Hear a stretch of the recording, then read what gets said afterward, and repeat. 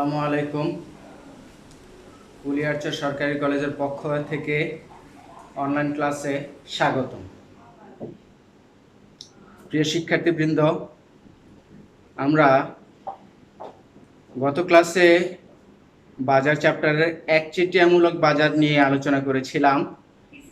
একটি ফার্ম কিভাবে স্বল্পকালে ভারসাম্য অর্জন করতে পারে সে সম্পর্কে আলোচনা করেছিলাম। আজকে আমরা বাজার চ্যাপ্টারের একচেটিয়ামূলক বাজারের বিভিন্ন গুরুত্বপূর্ণ প্রশ্নাবলী নিয়ে আলোচনা করব। আর এই প্রশ্নগুলো একাদশ ও দ্বাদশ শ্রেণীর শিক্ষার্থীদের জন্য খুবই গুরুত্বপূর্ণ এবং পরীক্ষায় আসার মতো কোশ্চেন। শিক্ষার্থীরা মনোযোগ সহকারে প্রশ্নগুলো দেখবে, আশা করি তোমরা বুঝতে পারবে। তাহলে প্রথমে আমরা একটু চিত্রের দিকে তাকাই। এই হলো একটি উদ্দীপক। এই উদ্দীপক থেকেই বিভিন্ন ধরনের প্রশ্ন আসতে পারে। আমরা সেই প্রশ্নগুলো নিয়ে আজকে আলোচনা করব। যেমন প্রথম একটি প্রশ্ন হতে পারে, উদ্দীপক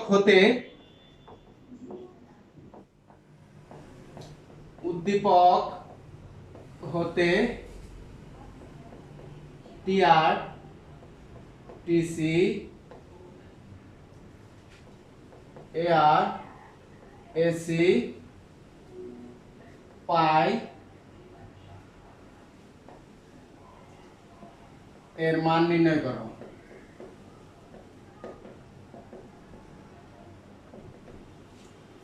এরকম একটি প্রশ্ন আসতে পারে যে উদ্দীপক হতে টিআর, টিসি, এআর, এসি এবং পাই এর মান নির্ণয় করো।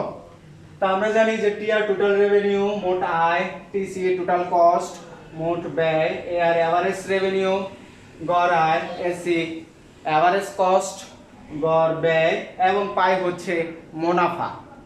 তো এখন আমরা চিত্র থেকে মোট আয় নির্ণয় করি। যে আমরা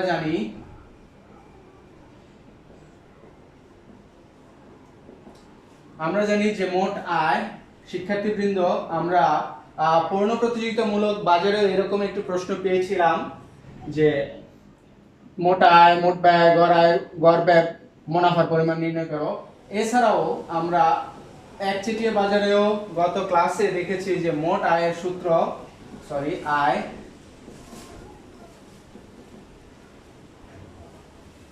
টি আর ইকুয়াল এ আর পূরণ কিউ। এক্ষেত্রে এআর রেখার মধ্যে আমরা বিন্দু পেয়েছি সি বিন্দু। আমরা একটু খেয়াল করি শিক্ষার্থীবৃন্দ যে চিত্রের মধ্যে A B C D E F পাঁচটি বিন্দু রয়েছে, তবে আমরা জানি যে এই চিত্রের মধ্যে এফ বিন্দু হচ্ছে ভারসাম্য বিন্দু, কারণ ভারসাম্য বিন্দুতে এই এমআর রেখাকে এমসি রেখা নিচের দিক হতে সেট করে উপর দিকে ওঠে, তাই এফ বিন্দুতে বাজারের প্রয়োজনীয় পর্যাপ্ত দুটি শর্তই পূরণ হয়ে থাকে। তাই ভারসাম্য বিন্দুতে আমাদের উৎপাদনের পরিমাণ 20। আর এই ক্ষেত্রে এআর রেখা, এই ভারসাম্য রেখাটাতে এআর রেখা সি বিন্দু পাওয়া যায়, সি বিন্দুতে মান হচ্ছে 60। উৎপাদন পরিমাণ 20 ইকুয়াল 1200। আমরা মোট আয় পেয়ে গেলাম 1200। মোট ব্যয়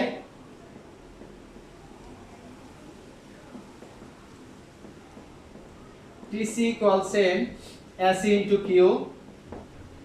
এসি রেখার মধ্যে আমরা সেই ভারসাম্য রেখা, এই ভারসাম্য রেখাতে এসি রেখা ই বিন্দুতে সেট করায় আমাদের মান হলো 40।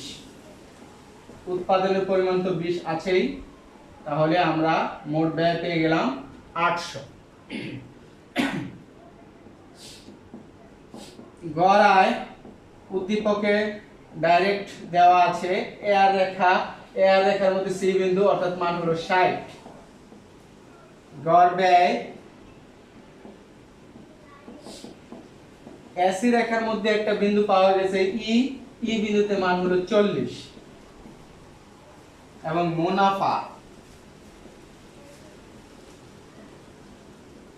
মুনাফা পাই ইকুয়াল আমরা জানি যে মোট আয় বিয়োগ মোট ব্যয়। মোট আয়ের মান হচ্ছে 1200 এবং মোট ব্যয়ের মান হচ্ছে 800 ইকুয়াল মুনাফা 400। শিক্ষার্থীবৃন্দ, আমরা এই 5টি মান টিআর, টিসি, এআর, এসসি, পায়ের মান বের করে ফেললাম। আশা করি তোমরা বুঝতে পেরেছো। এরপর আমরা দ্বিতীয় গুরুত্বপূর্ণ আরেকটি প্রশ্ন নিয়ে আলোচনা করব, যে উদ্দীপক হতে মুনাফার পরিমাণ বের করো। যদিও আমরা এখানে বের করে ফেলছি, তাও এরকম একটি প্রশ্ন আসতে পারে যে উদ্দীপক হতে মুনাফার পরিমাণ বের করো।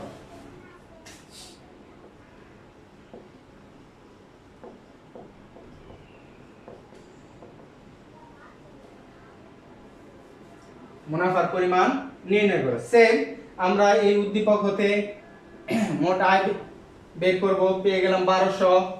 মোট ব্যয় বের করলাম, পেয়ে গেলাম 800। এক্ষেত্রে আমাদের এই অংশটুকু বাদ যাবে, অর্থাৎ এটুকু আমি যদি মুছে দেই তাহলে আমার মুনাফা বেরিয়ে আসে 400। শিক্ষার্থীবৃন্দ, আমরা দ্বিতীয় কোশ্চেনটাও পেয়ে গেলাম যে উদ্দীপক হতে মুনাফার পরিমাণ বের করো। আমরা খেয়াল করি মুনাফার পরিমাণ 400 পাওয়া গেছে। যে আমরা জানি একটি ফার্মের মান যখন পজিটিভের আসে, অর্থাৎ মুনাফার পরিমাণ যদি পজিটিভের আসে, তাহলে আমরা জানি যে ফার্মটি অস্বাভাবিক মুনাফা অর্জন করে। সুতরাং চিত্রটিতে আমরা বুঝতে পারছি যে ফার্ম এক্ষেত্রে অস্বাভাবিক মুনাফা অর্জন করেছে, কারণ এখানে 400 মানটা পজিটিভ। তাছাড়াও আমরা চিত্রে যদি তাকাই, এআর রেখাতে বিন্দু পাওয়া গেছে সি, এসি রেখাতে বিন্দু পাওয়া গেছে ই। তাহলে দেখা যায় এআর রেখার নিচে এসি রেখা অবস্থান করে। আমরা গত ক্লাসে দেখেছি এআর রেখার নিচে যদি এসি রেখা অবস্থান করে তাহলে আমাদের অস্বাভাবিক মুনাফা হয়, আর এআর এসি যদি একই বিন্দুতে স্পর্শ করে তাহলে স্বাভাবিক মুনাফা হয়। আর যদি এআর রেখার উপরে এসি রেখা অবস্থান করে তাহলে ফার্ম লোকসান অবস্থায় ভারসাম্য অর্জন করে। এখন আমরা নেক্সট আরেকটি কোশ্চেন নিয়ে আলোচনা করব, যে এসি রেখা যদি সি বিন্দু দিয়ে, এই যে এই এসি রেখা যদি সি বিন্দু দিয়ে অতিক্রম করে তাহলে ফার্ম কিভাবে ভারসাম্য অর্জন করতে পারে।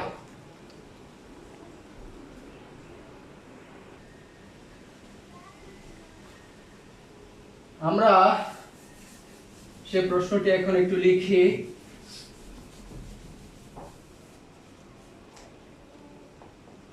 এসি রেখা সি বিন্দু দিয়ে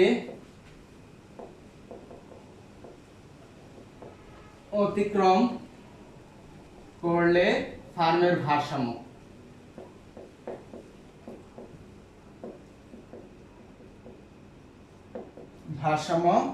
কি হবে আমরা সেটা দেখি। যে এসি রেখা আমরা সি বিন্দু দিয়ে অতিক্রম করাবো, তাহলে আমরা এই এসি রেখাটাকে এখান থেকে মুছে ফেলি।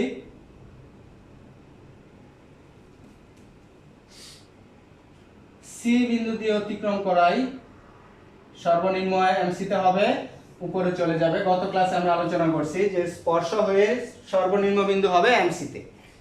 তাহলে এসি রেখাটা সি বিন্দুতে অতিক্রম করলো, অর্থাৎ সি বিন্দুতে এসি এবং এআর দুটি রেখা স্পর্শ করেছে। একটু আগে আমরা বলেছি সি যদি কোনো একটি নির্দিষ্ট বিন্দুতে এসি এবং এআর রেখা স্পর্শ করে তাহলে ফার্ম স্বাভাবিক মুনাফা অবস্থায় ভারসাম্য অর্জন করে। বিষয়টি আমরা এখন এখান থেকে প্রমাণ করি বা মান বের করি, তাহলে বুঝতে পারবো। আর আমরা জানি যদি মুনাফার মান 0 হয় তাহলে ফার্ম স্বাভাবিক মুনাফা অবস্থায় ভারসাম্য অর্জন করে। চিত্রে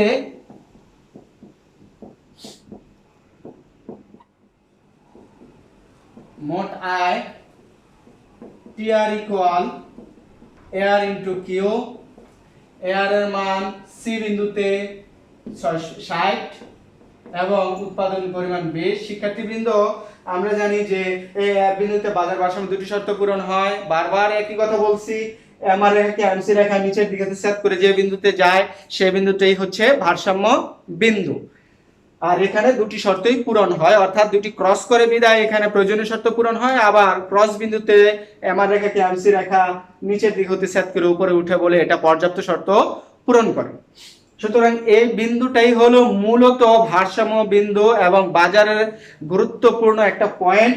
আমরা যদি এই বিন্দু সম্পর্কে না জানি তাহলে আমরা সেখান থেকে ভারসাম্য নির্ণয় করতে পারি না। এক্ষেত্রে আমার 60 এবং 20 গুণ করলে হয় 1200।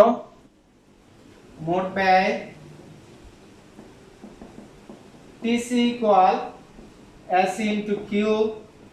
এসি রেখা থেকে সি বিন্দু পাওয়া গেল, সেই মান হলো 60 এবং উৎপাদন তো সেই 20ই আছে, তাহলে আমার 1200 গুণ করলে হয় 1200। অতএব মুনাফা pi equal TR minus TC equal TR এর মান 1200, টিসির মানও 1200। আমরা পেয়ে গেলাম 0। অর্থাৎ ফার্ম এখানে স্বাভাবিক মুনাফা অবস্থায় ভারসাম্য অর্জন করেছে, কারণ আমাদের পায়ের মান অর্থাৎ মুনাফার মান 0 হয়েছে।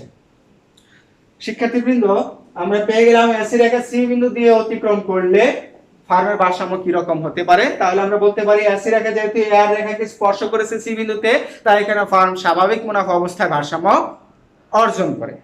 নেক্সট আরেকটি কোশ্চেন, যদি এসি রেখা এ বিন্দু দিয়ে অতিক্রম করে, এসি রেখা এ বিন্দু দিয়ে অতিক্রম করে, তাহলে দেখি এসি রেখা এ বিন্দু দিয়ে অতিক্রম করলে কি হয়। আমরা এসি রেখাটা এখন এখান থেকে মুছে ফেলি।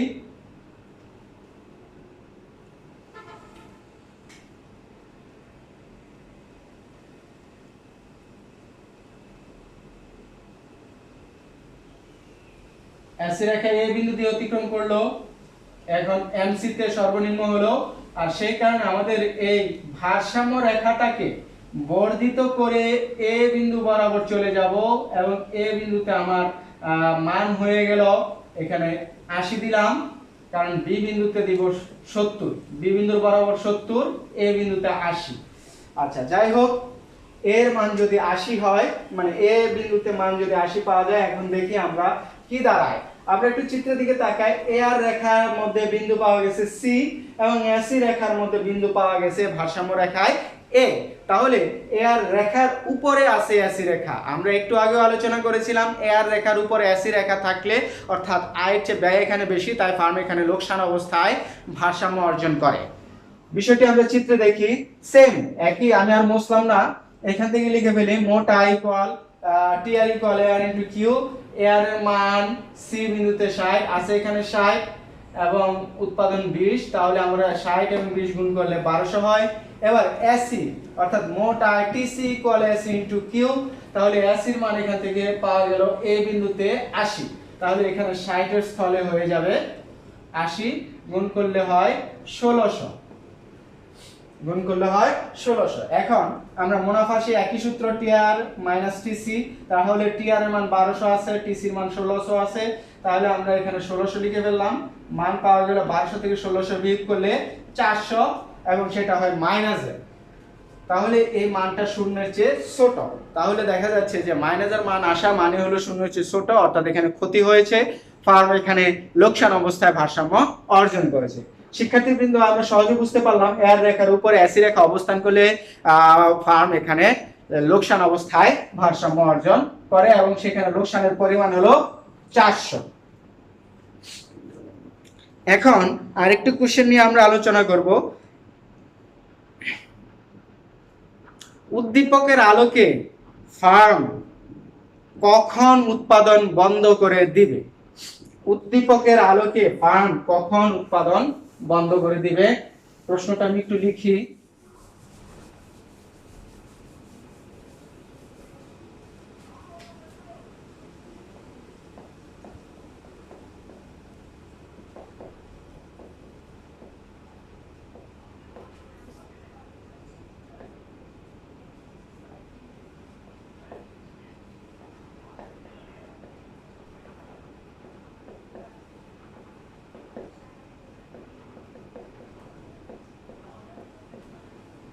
উদ্দীপকের আলোকে ফার্ম কখন উৎপাদন বন্ধ করে দিবে? শিক্ষার্থীবৃন্দ, এটা জানার জন্য আমাদের ফার্মের ব্যয় সম্পর্কে জানতে হবে। আমরা জানি যে ফার্ম স্বল্পকালে দুই অবস্থায় ব্যয় করে থাকে, অর্থাৎ স্বল্পকালে ব্যয় হলো দুই প্রকার, এক স্থির ব্যয়, আরেকটি হচ্ছে পরিবর্তনীয় ব্যয়। স্থির ব্যয় হলো উৎপাদনকারী উৎপাদন করলে অথবা না করলে যে পরিমাণ ব্যয় তাকে বহন করতে হয়, অর্থাৎ উৎপাদনকারী উৎপাদন না করলেও যে পরিমাণ ব্যয় বহন করে সেটাই হচ্ছে স্থির ব্যয়। যেমন কোম্পানির ভাড়া, মানে ইন্ডাস্ট্রি যে ভাড়া নেয় সে ভাড়া, মূলধন ব্যাংক থেকে যে মূলধনের সংগ্রহ করলো, লোন নিল, সেই মূলধনের সুদ, স্থায়ী কর্মচারীদের বেতন, গ্যাস বিল, বিদ্যুৎ বিল, এগুলো হলো স্থির ব্যয়। তবে বিদ্যুৎ বিল হলো মিনিমাম বিদ্যুৎ বিল যেটা আসে সেটা। তাহলে এগুলো কি উৎপাদনকারী উৎপাদন না করলে এই ব্যয় বহন করতে হয়। আর পরিবর্তনীয় ব্যয় হলো উৎপাদন করলে ব্যয় হবে, উৎপাদন না করলে এই ব্যয় হবে না। যেমন কাঁচামাল খরচ, যেমন কাপড় উৎপাদন করতে গেলে সুতার প্রয়োজন হয়, তাহলে সুতা তাকে কিনতে হবে যদি সে কাপড় উৎপাদন করে। তাহলে উৎপাদন করলে সুতা কিনতে হবে, আর উৎপাদন না করলে তাকে সুতা কিনতে হবে না, এক্ষেত্রে তার কাঁচামাল ব্যয় হবে না। আবার বিজ্ঞাপন খরচ, কোম্পানি যদি উৎপাদন করে তাহলে বিজ্ঞাপন খরচ হবে, উৎপাদন না করলে হবে না। শ্রমিকের মজুরি, উৎপাদন করলে শ্রমিকের মজুরি দিতে হবে, উৎপাদন না করলে মজুরি দিতে হবে না। মোড়কীকরণ খরচ, উৎপাদনকারী উৎপাদন করলে দিতে হবে, উৎপাদন না করলে দিতে হবে না, ব্যয় করতে হবে, না হলে করতে হবে না। পরিবহন ব্যয়, এগুলো হলো পরিবর্তনীয় ব্যয়। তাহলে ফার্ম উৎপাদন করতে গেলে এই দুই ধরনের ব্যয় বহন করে, স্থির ব্যয় এবং পরিবর্তনীয় ব্যয়। এখন উৎপাদনকারী যদি উৎপাদন না করলে যে ব্যয় হয়, উৎপাদন করলে যদি তার চেয়ে বেশি ব্যয় হয়, তাহলে ফার্ম উৎপাদন এখানে বন্ধ করে দিবে। অর্থাৎ উৎপাদনকারী উৎপাদন করলে ব্যয়ের পরিমাণ বেশি হয়, আর উৎপাদন না করলে ব্যয়ের পরিমাণ কম হয়। এক্ষেত্রে আমরা এর জন্য আমাদের একটি অতিরিক্ত শর্ত রয়েছে, যেমন P equal A R less than A B C. A B C অর্থাৎ উৎপাদনকারী উৎপাদন করলে যদি স্থির ব্যয় না উঠে আসে, তাহলে উৎপাদনকারীকে এখানে অবশ্যই উৎপাদন বন্ধ করে দিতে হবে। আর এই ক্ষেত্রে এ আর এর চেয়ে এ বি সি বড়, এ আর এর চেয়ে এ বি সি বড়, আর বড় হয় বলেই সেখানে উৎপাদনকারী উৎপাদন বন্ধ করে দেয়। এখন এই শর্তের আলোকে আমরা বলতে পারবো উৎপাদনকারী কখন ফার্ম বা উৎপাদনকারী উৎপাদন বন্ধ করে দিবে। এখন দেখি শর্তটা হচ্ছে এ আর এর চেয়ে এবিসি বড় হলে, তাহলে এ আর রেখাতে সি বিন্দু আছে, এবিসি হবে এর উপরে। তবে খেয়াল রাখতে হবে এটার চেয়ে বড় আবার এসি, অর্থাৎ এ আর এর চেয়ে এবিসি বড়, এবিসি এর চেয়ে এসি বড়। আর এবিসি রেখা হবে এ আর এবং এসি রেখার মাঝখানে। যেমন আমরা এখানে একটা বিন্দু বি রেখে দিয়েছি, এই বি বিন্দুতে আবার এবিসি রেখা অঙ্কন করতে হবে।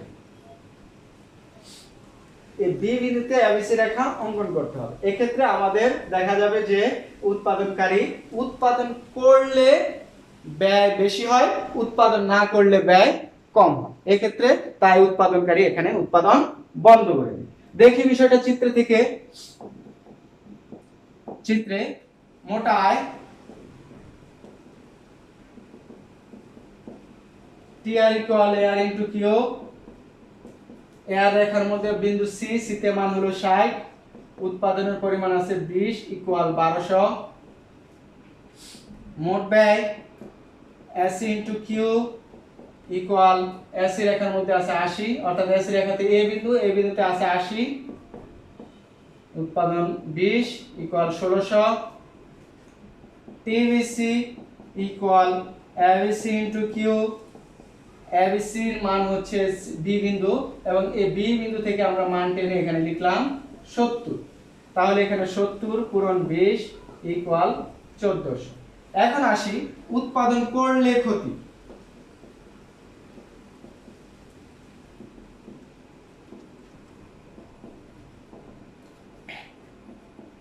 তাহলে ক্ষতির সূত্র আমরা লিখে ফেলি। আমরা জানি ক্ষতি মানে হচ্ছে মুনাফার বিপরীত।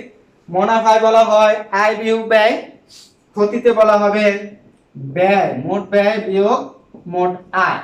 তাহলে মোট ব্যয় আছে আমাদের কত, টিসি এর মান 1600, টিআর এর মান 1200, তাহলে আমার ক্ষতি হলো 400। এবার আসি, এটা হলো উৎপাদন বন্ধ করলে ক্ষতি, উৎপাদন করলে ক্ষতি। এবার উৎপাদন বন্ধ করলে কি ক্ষতি হয় দেখি।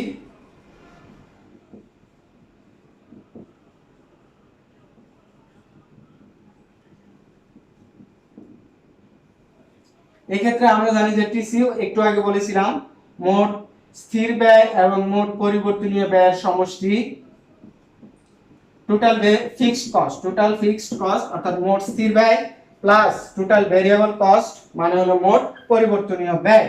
এখন আমরা মান বসিয়ে দেই। টিসির মান আছে 1600, টিএফসির মান নেই, টিভিসির মান পাওয়া গেছে 1400 বা 1600 মাইনাস 1400 বাম পাশে নিয়ে আসলে মাইনাসের হয়ে গেল এখানে টিএফসি। অতএব টিএফসির মান পাওয়া গেল 1600 থেকে 1400 গেলে 200, অর্থাৎ উৎপাদন বন্ধ করলে তার স্থির ব্যয় হয় 200 আর উৎপাদন চালালে তার ক্ষতি হয় 400।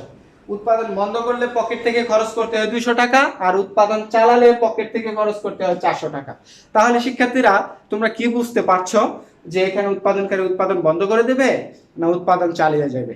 নিশ্চয়ই বুঝতে পারছো যে উৎপাদনকারী এখানে অবশ্যই উৎপাদন বন্ধ করবে, কারণ উৎপাদন করলে তার ক্ষতি বেশি হয়, উৎপাদন না করলে তার ক্ষতি কম হয়।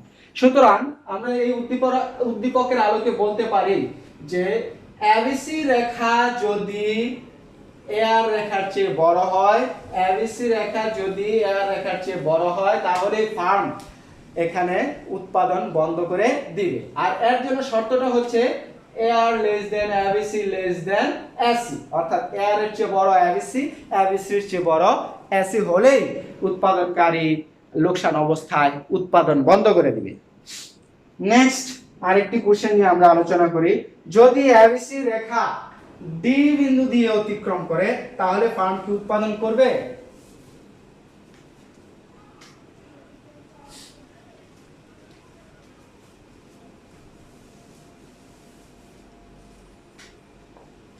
ABC রেখা D বিন্দু দিয়ে অতিক্রম করলে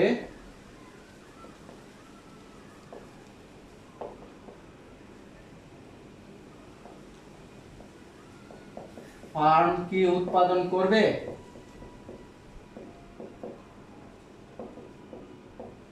এই অর্থাৎ এখন আমরা আসি যে ABC রেখা D বিন্দু দিয়ে যাবে, তাই আমরা এটা মুছে ফেলি। এই ABC রেখাটা D বিন্দু দিয়ে অতিক্রম করলে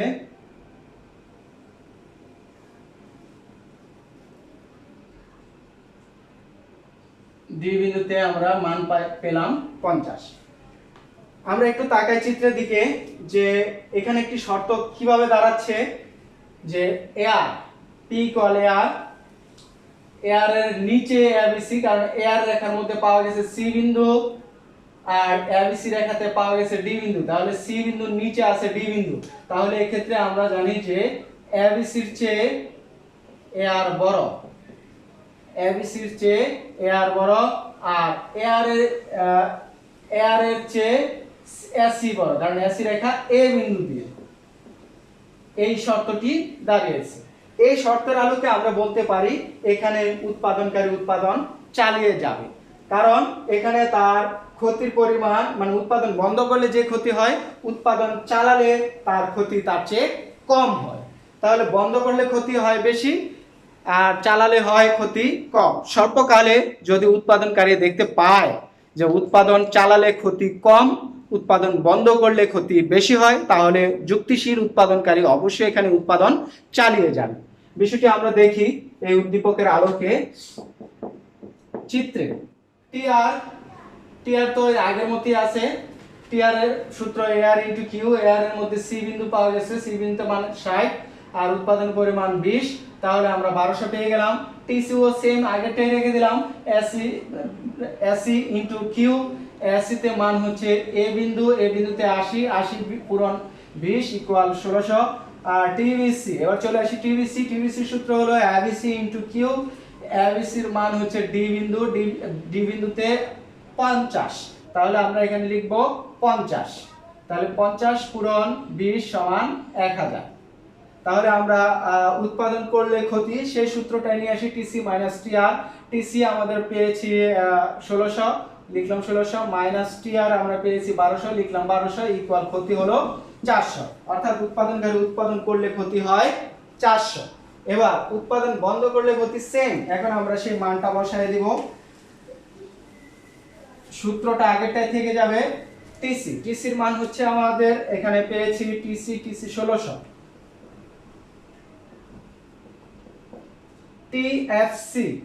টিএফসি আমরা নির্ণয় করব টিভিসি 1000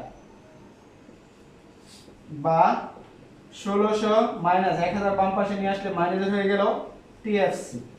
অতএব টিএফসির মান আমরা পেয়ে গেলাম 600। 1600 বিয়োগ 1000 মানে 600। তাহলে উৎপাদন বন্ধ করলে ক্ষতি হচ্ছে 600 আর উৎপাদন করলে ক্ষতি হচ্ছে 400। তাহলে উৎপাদনকারী কি করবে তোমরা বুঝতে পারছো? উৎপাদন বন্ধ করে দিবে নাকি উৎপাদন চালিয়ে যাবে? আমরা একটু বোর্ডের দিকে তাকালেই বুঝতে পারছি যে উৎপাদন বন্ধ করলে যেহেতু ক্ষতি বেশি, তাহলে এখানে উৎপাদনকারী উৎপাদন বন্ধ করবে না। কিন্তু উৎপাদন করলে ক্ষতি কম হওয়ায় উৎপাদনকারী ভবিষ্যতে উৎপাদনের আশায় এখানে উৎপাদন চালিয়ে যাবে। শিক্ষার্থীবৃন্দ, এই ছিল আমাদের একচেটিয়া বাজারে আজকের উদ্দীপকের আলোকে গুরুত্বপূর্ণ প্রশ্নগুলির আলোচনা। আশা করি তোমরা বুঝতে পেরেছো। পরবর্তীতে আরেকটি ক্লাসের মাধ্যমে বাজার চ্যাপ্টারটা শেষ করে দিব। শিক্ষার্থীরা তোমরা অনলাইনে একটু খেয়াল রাখবে, নক করবে, তাহলে আমাদের লেকচারগুলি পেয়ে যাবে। আমার এবং আমাদের কলেজের সকলের লেকচার পেয়ে যাবে। আমি প্রতি ক্লাসেই শেষে তোমাদেরকে আমাদের ওয়েবসাইটের ঠিকানা এবং কলেজের ওয়েবসাইটের ঠিকানা এবং ইউটিউবের চ্যানেলের ঠিকানা দিয়ে থাকি, আজকেও দিচ্ছি।